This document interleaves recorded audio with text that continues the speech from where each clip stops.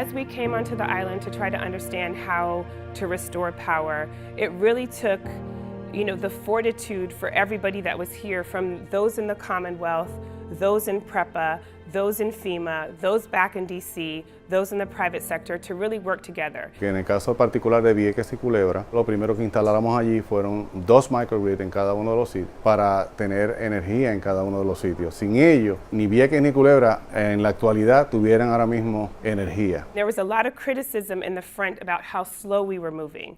And we take that, but the situation that we had, again, was looking at the ports and understanding what we can get into the port, trying to source materials and find materials.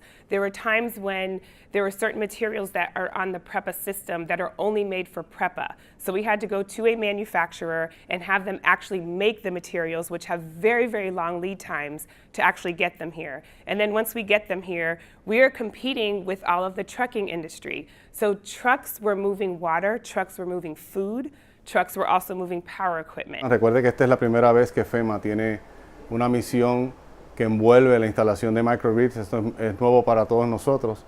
Es por esto que en el caso particular una de las enseñanzas es que tenemos que tener generadores adicionales almacenados allí en cada una de las islas para poder reaccionar de manera inmediata teniendo los generadores en sitio y no depender del sistema de transportación del gobierno para poder llevar desde aquí de Puerto Rico hacia ambas islas.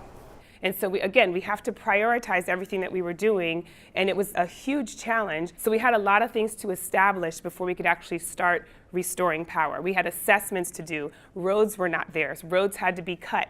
The maintenance of the grid prior to when we got here was not very good. And so we had a situation where poles fell down from literally a very, very short burst of wind. So we had a lot of work that we had to do. It took a lot of coordination.